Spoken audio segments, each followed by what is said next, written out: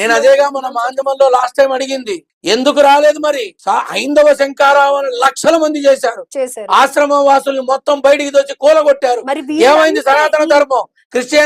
ఇప్పుడు క్రిస్టియానిటీని మాట్లాడారు, ఓకే. మరి హిందూ సమాజం ఏమైపోయింది? రాధా మనోహర్ ఏమైపోయాడు? చిన్నజేరి గారు ఏమైపోయారు? వీళ్ళందరినీ తీసుకుని చక్కగా కాపాడొచ్చుగా, ఒక్క ఫోన్ కాల్ తో అన్ని ఆపచ్చుగా. ఎందుకు ఆపలా? ఆల్రెడీ వీళ్ళు ఏం చేస్తున్నారు? ఆ కాశీనాయన సత్రంలో బాధలు పడి ఇబ్బందులు పడి బయటకు వచ్చిన వాళ్ళు ఎక్కడున్నారు? వాళ్ళ తిండి తిప్పలేంటి? వాళ్ళు ఎక్కడ నీడ దొరికింది?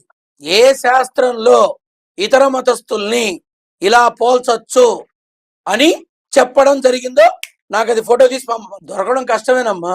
ఎందుకంటే ఇప్పటికే కష్టకాలం వెంటాడుతోంది. నేను ఒకటే అడుగుతున్నా, ఏ రోజైనా నేను ఊర్లో ఉంటే తప్పకుండా వస్తా.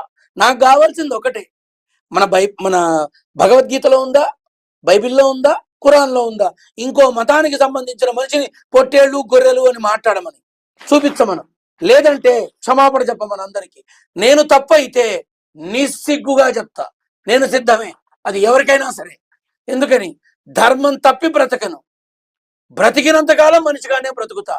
నా ధర్మాన్ని అంటే నా బ్రాహ్మణోత్సవ ధర్మాన్ని నేను నిర్వహిస్తా.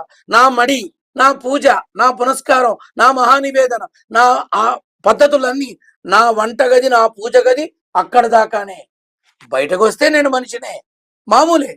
మీరు నా దగ్గరికి రాకండి అని పిచ్చి వేషాలు వెయ్యను, నన్ను అంటుకోకండి అనే పిచ్చి పిచ్చి మాటలు మాట్లాడను.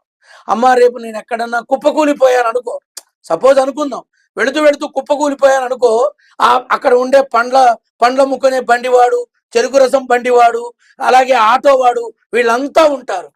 అరే మీరు బ్రాహ్మణులైతే నా దగ్గర రండి అని చెప్తానా? చెప్పు తల్లి, మీరు బ్రాహ్మణులైతే నా దగ్గర రండి అని చెప్తానా? ఒరే నాయన ముందు నన్ను హాస్పిటల్ చేర్చండి రా అంటాను. ఎందుకని? భార్యా బిడ్డలు గుర్తొస్తారు. మనుషులమమ్మ, మనిషిగా బతుకుదాం, మనిషిగా చచ్చిపోదాం. మన కులం మత ధర్మాలని అనుసరిద్దాం, మన తర్వాత తరానికి అందిద్దాం. మన తర్వాత తరానికి